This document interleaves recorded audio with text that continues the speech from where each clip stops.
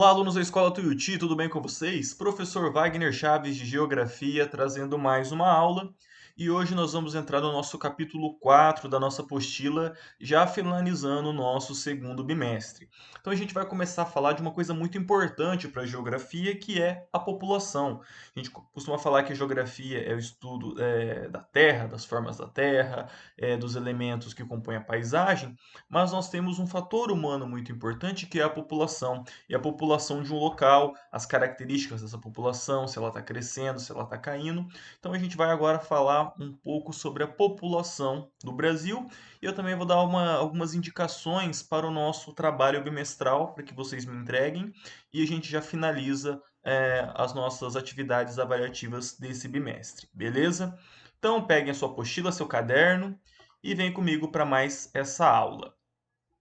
Bom, pessoal, historicamente a gente pode falar de um tripé da população brasileira. O que eu quero dizer com tripé? Tripé é aquela ferramenta que serve, por exemplo, para segurar celular, câmera, né, para dar um suporte para ele, e tripé porque ele tem três apoios. Porque nós falamos de um tripé da população brasileira? Porque, de um lado, nós temos indígenas, a população nativa do Brasil, nós temos os negros, que vieram para cá ainda lá no século XVI, que foram escravizados aqui, e nós temos também uma população europeia, a princípio, majoritariamente de origem portuguesa. Tá?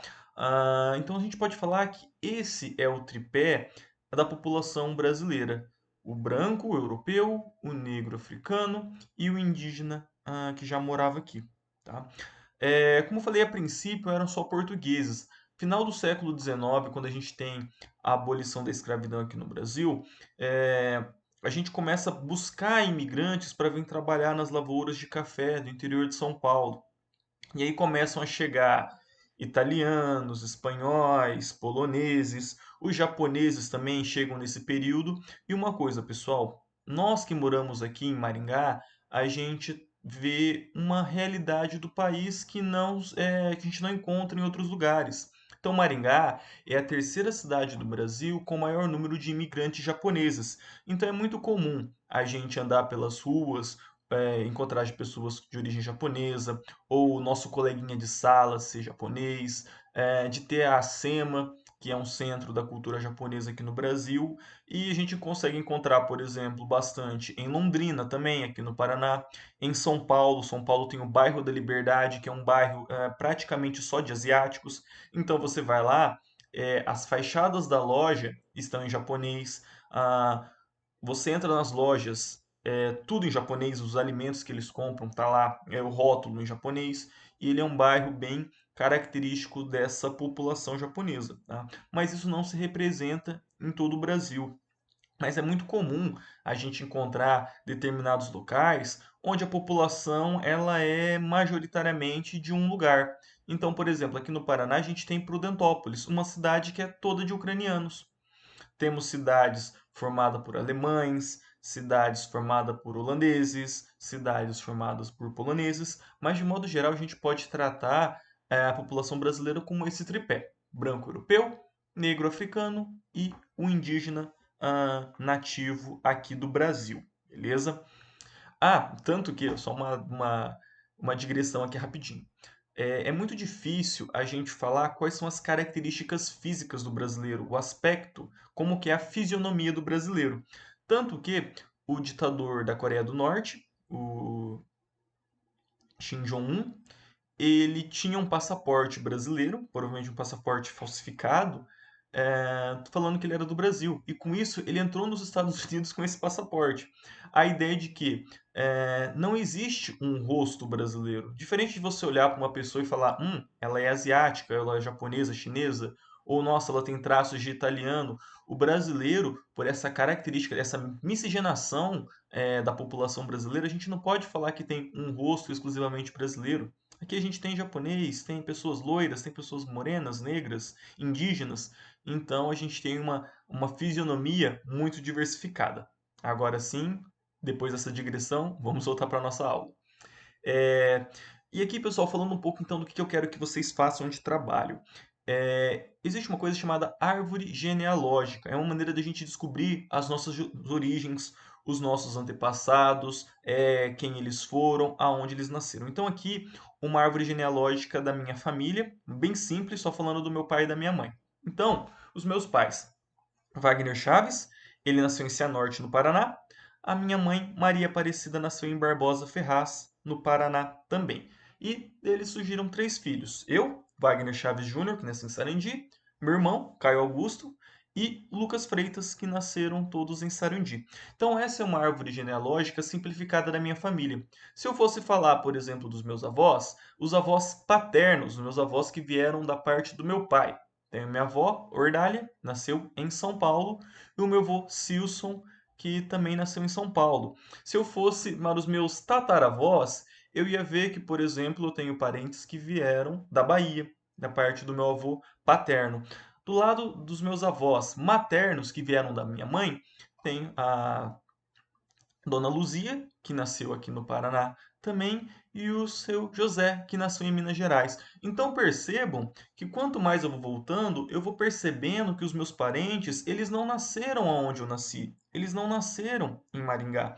E uma árvore genealógica, ela pode indicar tanto as origens da minha família, quanto da onde eles vieram.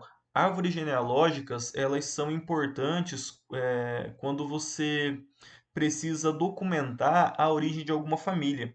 Então, por exemplo, se você tem alguma origem italiana, portuguesa, espanhola e você quer a documentação de que você tem essa origem, você tem que correr atrás dos documentos dos seus avós. Então, você vai em cartório, vai em postos de imigração e verifica quando seus avós vieram, vai atrás da certidão de nascimento, se eles ainda têm, para você traçar a origem da sua família e falar: olha, eu vim da Itália, os meus avós, meus bisavós vieram da Itália, então eu tenho direito à cidadania italiana, ou cidadania espanhola, portuguesa, enfim. Tá?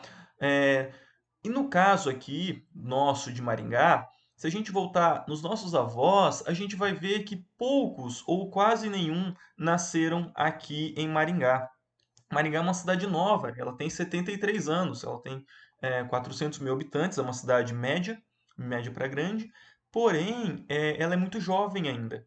Então, qualquer pessoa com mais de 73 anos não nasceu aqui em Maringá. Pode ter nascido em Curitiba, na região mais sul aqui do Paraná, mas eu posso afirmar com quase toda certeza que os avós de vocês vieram ou de São Paulo ou de Minas Gerais, igual os meus avós, porque eram os fluxos de imigração que a gente vai estudar nas próximas aulas. Então, quando surge Maringá, as primeiras pessoas que chegaram aqui, elas eram da onde?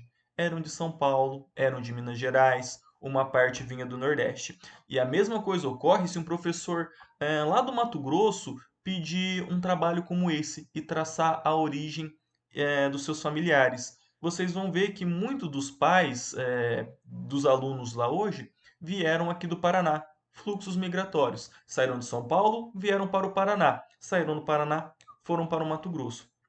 Isso daí a gente consegue acompanhar esses fluxos e saber a origem das nossas famílias. Então, pessoal, como trabalho, já indicando algumas coisas aqui, vocês vão fazer uma árvore genealógica da família de vocês até os seus avós, tá? Então, não sabe? Conversa com seus avós, não vai até lá, tá, gente? O celular tá aí para isso, faz chamada, videochamada, WhatsApp, e pergunta: vovó, aonde vocês nasceram? Se eles já morreram, perguntem aos seus pais, tentem descobrir aonde os seus avós nasceram, a localidade deles e quando eles vieram para cá, se eles vieram para cá, às vezes só os seus pais vieram.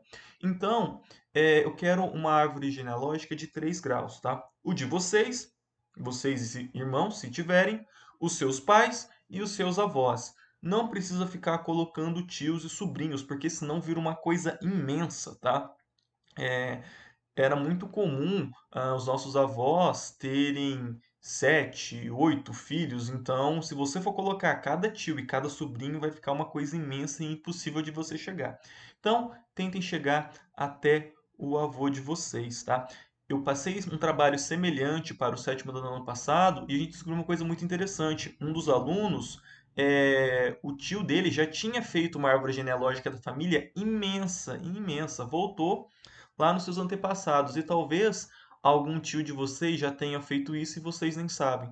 Então é uma maneira de vocês saberem da onde que veio a família de vocês, beleza? Bom, falando então um pouco, né, dessas características da população brasileira, a cada 10 anos o IBGE, que é o Instituto Brasileiro de Geografia e Estatística, ele realiza o censo demográfico. E o objetivo dele é justamente saber as características de uma população. Então, como que eles fazem isso, professor?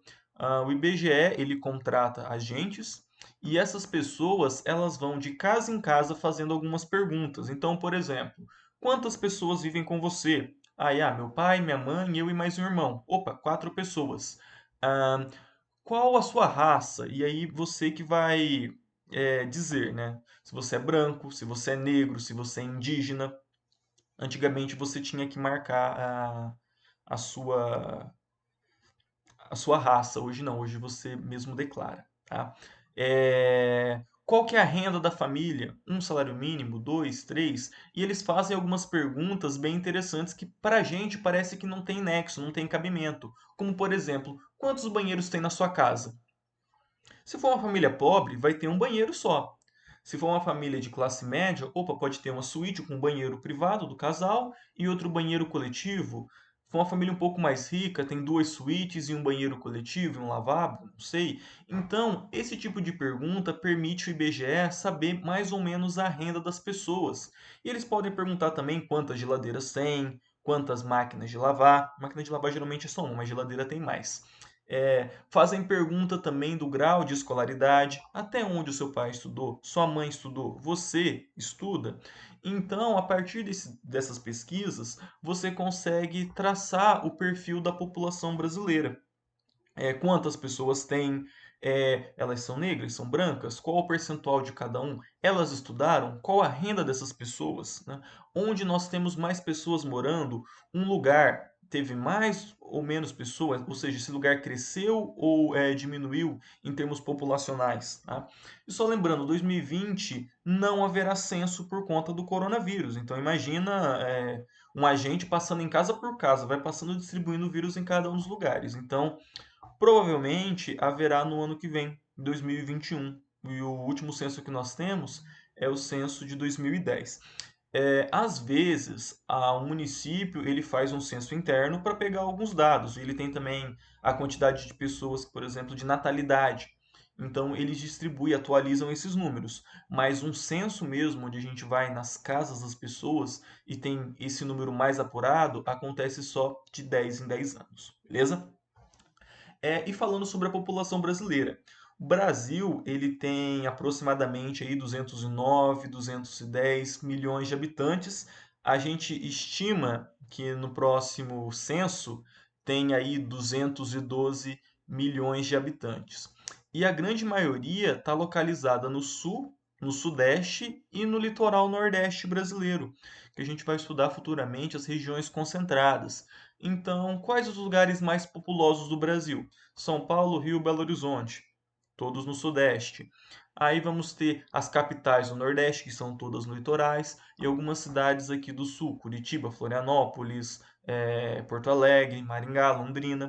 Então a gente vê que a população brasileira ela está bem concentrada no Sul e Sudeste e em toda a área litoral do Nordeste. Norte e Centro-Oeste, a gente tem digamos assim, um vazio demográfico. A gente tem poucas pessoas por quilômetro quadrado. Só lembrando, pessoal, a gente tem países populosos e países povoados. Países populosos, países com população, uma população geral muito grande. Países povoados, população por quilômetro quadrado muito grande. Então, o Brasil é um país populoso, ele não é povoado. Países como o Japão, por exemplo, é um país populoso e povoado. Tá?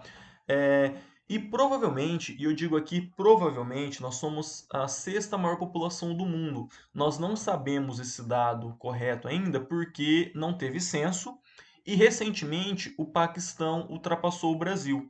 E a gente pensa que tenha passado de fato porque o Paquistão ele tinha um crescimento populacional maior do que o Brasil. Então a tendência era passar mesmo. Então a gente só vai se confirmar essa informação em 2021 ou 2022, quando lançarem os dados do censo, e a gente ter certinho o cálculo da população brasileira. Mas a princípio está, né? China, Índia, Estados Unidos, Indonésia, Paquistão, Brasil, Nigéria, Bangladesh, Rússia e México.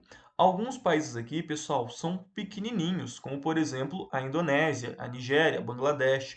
São países densamente povoados, ou seja, muitas pessoas por quilômetro quadrado. O maior país continua sendo a China, mas a Índia tem um crescimento populacional maior, então logo logo vai ser o país mais populoso do mundo. Ah, países ricos tendem a ter uma população decrescendo, e a gente vai ver isso mais para frente, tá? Então, o crescimento, a gente faz o censo para acompanhar o crescimento populacional. E acompanhando esse crescimento, a gente pode conduzir políticas públicas. Então, por exemplo, essa cidade necessita de mais uma escola? Se ela já atende a quantidade de pessoas que estão em idade escolar e a gente consegue acompanhar que essa população não está crescendo, então não precisa de mais escolas. Ah, essa população precisa de mais hospitais? Olha, a gente está tendo um número muito grande de idosos, então a gente tem que fazer mais hospitais porque idosos demandam mais leito. Então, a gente estudar a população é estudar isso. É estudar, por exemplo, condução de políticas públicas, como criação de escolas, hospitais, postos de trabalho. Ou seja, as pessoas que estão chegando nessa cidade vão ter trabalho? Vai faltar trabalho? A gente precisa trazer mais indústria para cá?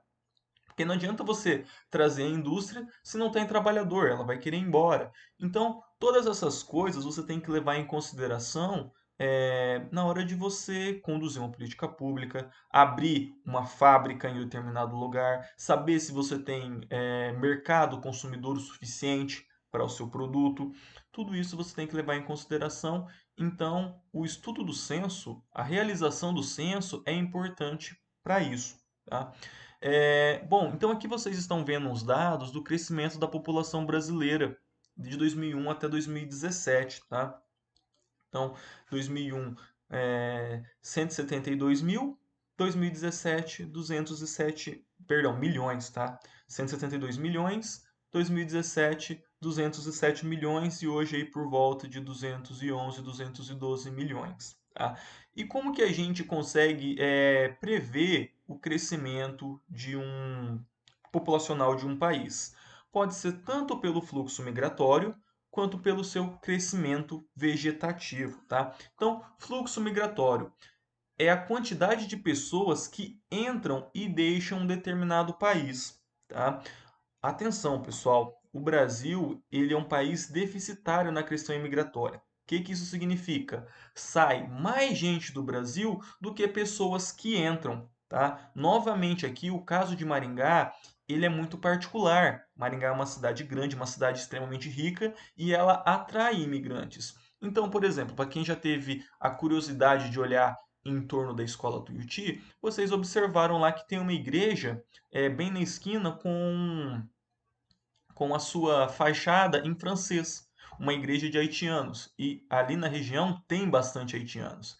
E muitas pessoas pensam assim: olha, esse haitiano sai lá do Haiti, ou de Angola, de Moçambique, da Nigéria, vem aqui roubar emprego do brasileiro. Não, na verdade, a gente faz muito mais imigrantes do que recebemos, tá?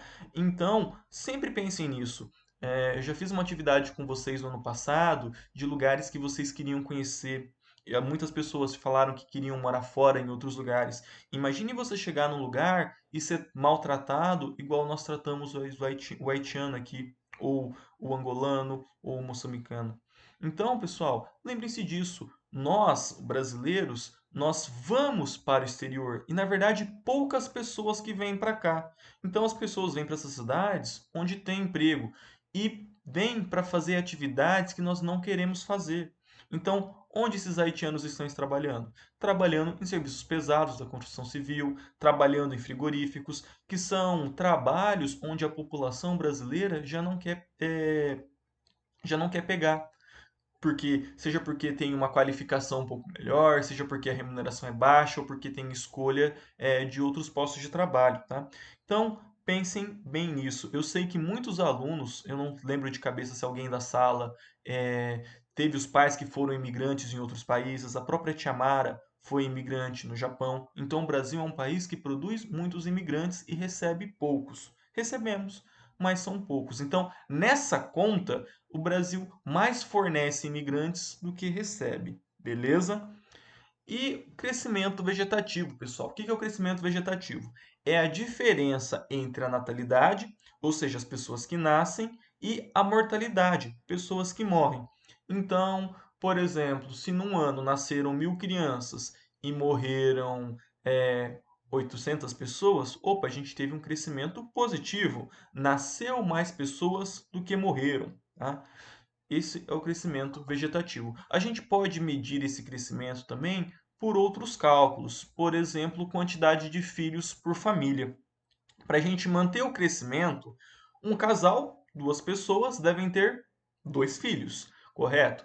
Então, se na média, pessoal, não estou falando o meu caso, o caso de vocês, tá? Se na média o casal brasileiro tem menos de 2 filhos, vai ter um crescimento negativo. Se na média for maior que 2 filhos, vai ter um crescimento positivo. Tá? Se eu não me engano, o crescimento do casal, a média de filhos do brasileiro hoje é um pouco acima de 2,3 aí por casal. Tá? Então significa que a cada 5 casais, um vai ter 3 filhos.